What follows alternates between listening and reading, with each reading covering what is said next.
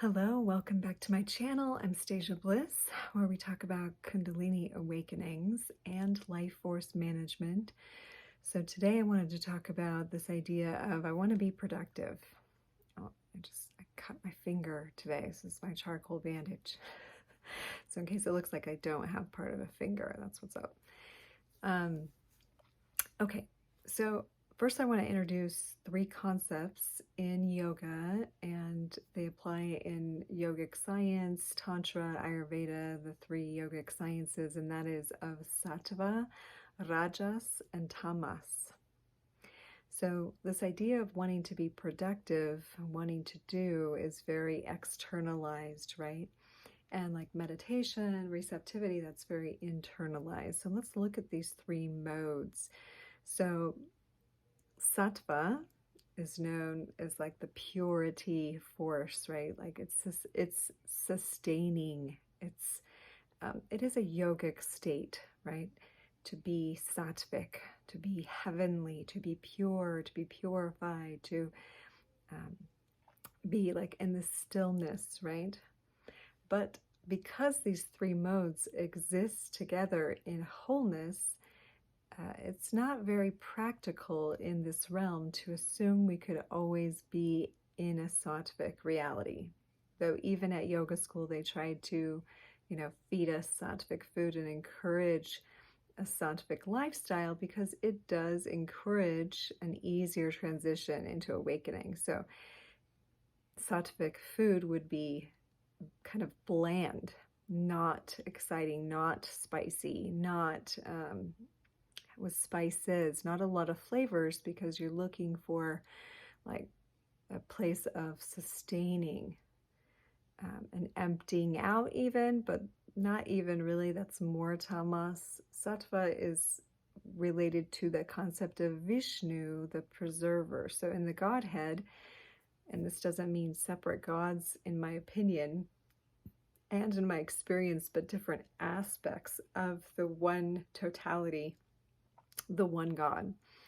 So, but you have this trinity of this Godhead reflected in the masculine and also in the feminine, but Brahma, Vishnu, Shiva. So Brahma is the creator, the creative force, okay?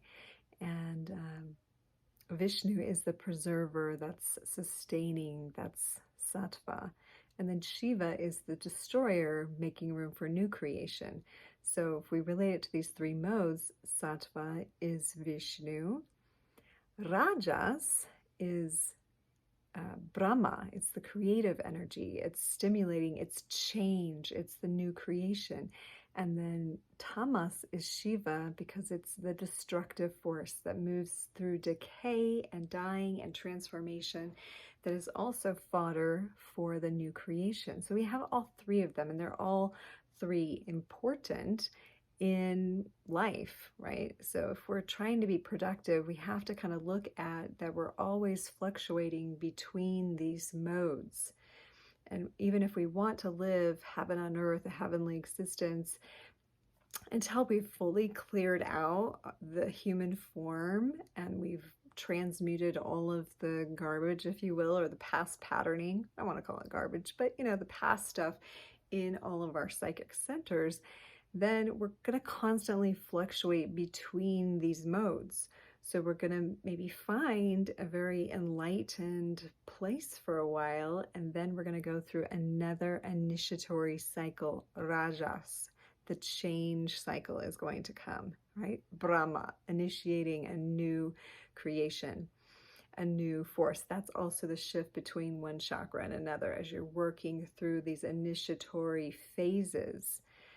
You're going to we go through different transitions, right? In the Kundalini awakening, we go through different phases where in them we find this Vishnu, the sustaining force, sattva, and we're like, oh, this feels really good. I want to stay here forever. The peace, right? And then the breakdown of this tamas occurs. Shiva comes in, destroys this Brahma comes in to create anew. So we have the tamas and rajas forces as participatory in the initiation into next level, right? And so if we can understand that these dynamic forces are working constantly, right? You can also look at these in the atoms and the cells of our body, where we have protons, neutrons, and electrons. Okay, we have the positive force, the protons, okay, that is the Brahma energy. We have the neutrons, the negative, or the electrons, sorry, neutrons are neutral. The electrons, it's more like Shiva force, the destructive element, and then we have the neutrons, which is Vishnu, that's the sattva. So, and we're constantly, like, electrons can jump into another atom, right? And we can like change and break down and create new cells and so forth. So we have this in our biology. And so also in our system, our body's constantly going through phases of renewal, right? In 7 years, you have a completely new body. The only thing that makes us necessarily age and keep continuing in this process of decay is that we're holding on to like old emotions, old ancestral patterns. We're repeating them in our cells. And Candace, what was her last name? The Biology of Belief. There's a book on that. Candace somebody, I'm missing her last name. She's talking about how the cells, they replicate emotions. They keep the emotion in there. So if we don't express an emotion and let it out and release it from our system, right, then we're holding it, we're trapping it, we're keeping it with us, and it's actually causing the cell to not be able to totally renew itself. The DNA will then replicate that pattern with that negative emotion, or that trapped emotion. And I like to say trapped more than negative, because all emotions can be positive. Like, you can feel anger in a positive way, and it can be a fuel to our day, and it can make us like clean a house really good or get something done, or it's just that when we hold it in and we don't express it and we stifle it, then it becomes negative, it becomes trapped.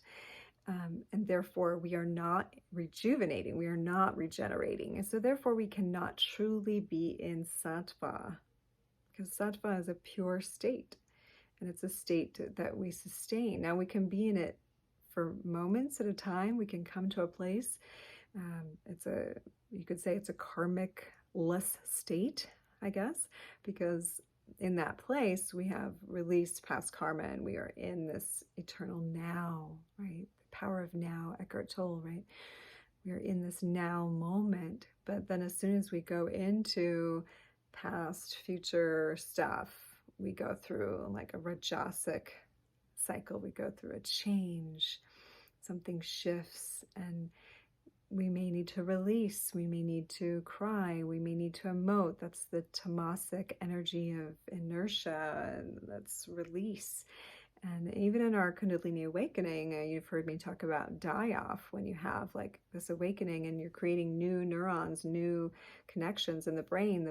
The brain sloughs off the old ones, and you have this die-off, and that can make you feel yucky. It can make you feel depressed. It can make you feel down. And that's tamas. That's that destructive force. That's the force that allows regeneration to occur, though, because there is that death cycle before there is that birth and renewal of Brahma that brings us back again to sattva. So I wrote some articles about these three modes on basmati.com. So if you've never checked it out, it is a very cool site I wrote for a number of years. I think I have hundreds of articles and meditation videos and stuff on there. So if you just go to basmati.com, just like the rice, and search my name, you can find all these articles. So I wrote about the benefits of tamas and rajas and sattva and so forth. So it's about validating all parts of your experience. So being productive sometimes looks like sleeping in.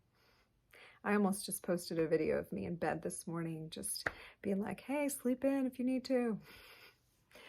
Because I did sleep in a little bit today. I had my boy stayed home from school, and I just decided to rest.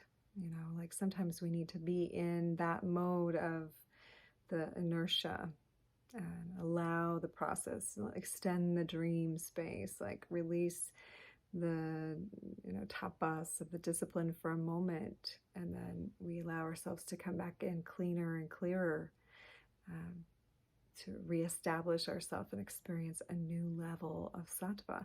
And therefore our productivity arises. Four of Swords in the Tarot, which actually came up for me today, is about rejuvenation, regeneration, taking time out to meditate, taking time out to renew oneself. And that can be the most productive thing that you could ever do. I mentioned this in other videos, but a lot of times what we think we're doing to accomplish, more gets accomplished by sitting in stillness and connecting with that internal space. So that's my message today. Connect with that internal realm. That's what I'm going to do as well. Sit with that space, be in the quiet. It's very cloudy here today, so sometimes that allows us to move inward when the sun's not out, calling us outward, to go inward and be with that stillness, and there you find productivity again. Okay, thank you for being here. If you like this video, if it helped you, like it, share it, subscribe. Here 6 days a week. I take a day off, usually Saturday or Sunday, but I'll be back again. So I appreciate you being here. I hope the videos are serving you. And as with all the videos, just take what resonates, leave the rest. I'm just here to serve. Okay, namaste, and I love you.